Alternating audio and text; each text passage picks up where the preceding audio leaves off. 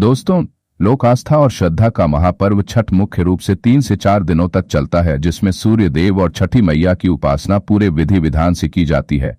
कहते हैं, जो भी सच्चे मन से छठ माता का व्रत करता है उसकी सभी मनोकामनाएं पूरी होती हैं।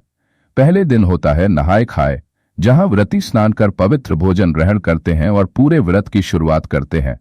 दूसरे दिन मनाया जाता है खरना, जिसमें निर्जला उपवास के बाद शाम को गुड़ चावल की खीर और रोटी का प्रसाद बनता है। तीसरे दिन आता है मुख्य छठ पूजा, जब घाटों पर, नदियों या तालाबों के किनारे डूबते सूर्य को अर्घ्य दिया जाता है। और चौथे दिन उषा काल में उदयमान सूर्य को अर्घ्य देकर व्रत का समापन किया जाता है। तो फ्रेंड्स, स्वागत है आपका आपके अपने चैनल टेलविल में।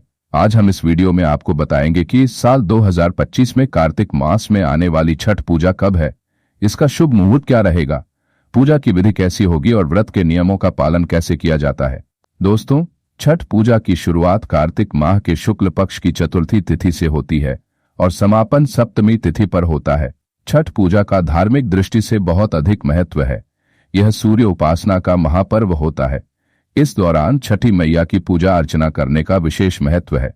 इस व्रत को निर्जला किया जाता है। धार्मिक मान्यता के अनुसार छठी मैया की उपासना और व्रत करने से संतान को दीर्घायु का आशीर्वाद प्राप्त होता है और परिवार में सुख शांति बनी रहती है। छठ पर्व साल में 2 बार मनाया जाता है, एक चैत्र मास में और दूसरा कार्तिक मास में।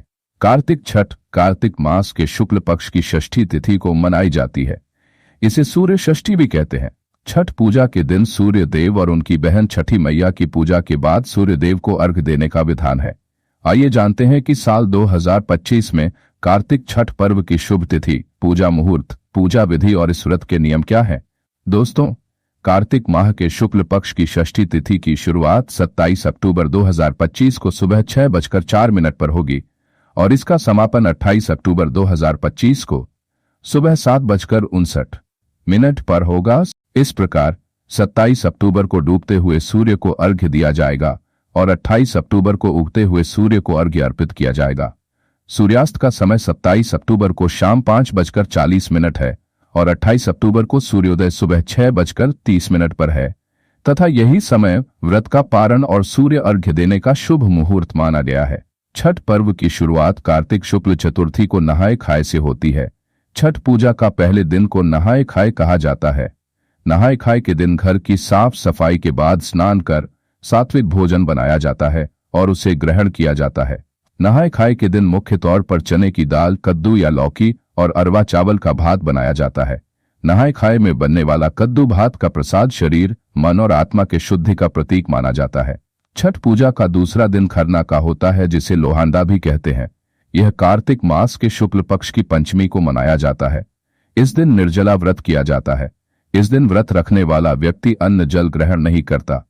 व्रत की अवधि सूर्योदय से सूर्यास्त तक रहती है। खरना के दिन केवल शाम के समय खीर और मीठी रोटी का प्रसाद ग्रहण किया जाता है।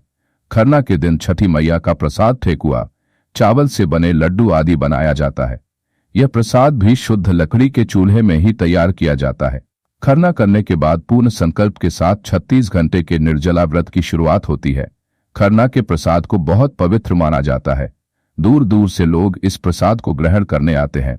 छठ पूजा के तीसरे दिन को संध्या अर्घ्य कहा जाता है, जो कि छठ पर्व का सबसे अहम दिन होता है। इस दिन अस्ताचलागामी यानी डूबते हुए सूर्य को अर्घ्य देने की परंपरा है।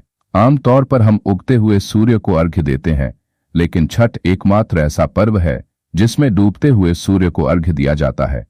डूबते हुए सूर्य को अर्घ्य देने का उद्देश्य सूर्य देव के साथ उनकी पत्नी प्रत्युषा को सम्मान देना है। अर्घ्य देने के लिए बांस की टोकरी या सूप में फल, ठेकुआ, चावल से बने लड्डू आदि चीजों को रखकर व्रत करने वाला व्यक्ति परिवार के साथ संध्या के समय सूर्य भगवान को अर्घ्य देता है। छठ पूजा के चौथे और अंतिम दिन उदयगामी यानी उगते हुए सूर्य को अर्घ्य दिया जाता है। इसे उषा अर्घ्य भी कहते हैं, क्योंकि उषा सूर्य देव की पत्नी का नाम है। छठ पर्व में डूबते और उगते सूर्य को इसलिए अर्घ्य दिया जाता है क्योंकि भगवान सूर्य की पत्नियां यानी उषा और प्रत्युषा की उनकी शक्तियों का मुख्य स्रोत है। कार्तिक मास शुक्ल पक्ष की सप्तमी तिथि को प्रातः काल सूर्य देव को अर्घ्य देने के लिए किसी नदी के घाट पर पहुंचकर अर्घ्य दिया जाता है। इस दिन व्रत का पारण भी किया जाता है। उगते सूर्य को अर्घ्य देने के साथ ही छठ पर्व का समापन हो जाता है। तो दोस्तों, अब चलिए जानते हैं छठ पूजा के नियमों के बारे में। शास्त्रों के अनुसार पहले दिन नहाए खाए को घर की अच्छी तरह से साफ सफाई कर सात्विक भोजन बनाना चाहिए। सूर्य देव को अर्घ देने के लिए स्टील या प्लास्टिक के बर्तन का इस्तेमाल वर्जित होता है। छठ पर्व के दौरान घर में प्याज लहसुन का इस्तेमाल नहीं करना चाहिए। पूजा के लिए बांस की बनी टोकरी और सूप का इस्तेमाल करना चाहिए। छठ के दौरान महिलाओं को नारंगी रंग का सिंदूर लगाना शुभ होता है। तो दोस्तों, छठ पूजा केवल एक पर्व नहीं बल्कि लोक विश्वास, श्रद्धा, सादगी और भक्ति का प्रतीक है।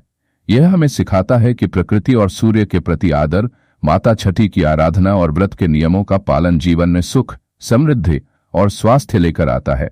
जैसे ही डूबते सूर्य को अर्घ्य दिया जाता है और फिर उगते सूर्य को अर्घ्य अर्पित किया जाता है, मन और आत्मा दोनों को शांति मिलती है और नए उत्साह के साथ जीवन में नई रोशनी फैलती है। तो दोस्तों, इस छठ पर्व पर अपने परिवार के साथ मिलकर व्रत करें, सत्य, संयम और श्रद्धा के साथ पूजा करें और माता छठी की कृपा से अपने जीवन को उज्जवल बनाएं। फ्रेंड्स, अगर आपको हमारे द्वारा दी गई यह सभी जानकारियां पसंद आई हो तो आप टेलविल चैनल को सब्सक्राइब, लाइक और शेयर करना ना भूलें। साथ ही आपका अनुभव कैसा रहा और क्या आपने कभी छठ पूजा का व्रत किया है या इस साल व्रत करने वाले हैं, हमें कमेंट में जरूर बताइए। छठ माता की जय। जय हो छठी मैया। सभी भक्तजनों पर अपनी कृपा दृष्टि बनाए रखना। धन्यवाद।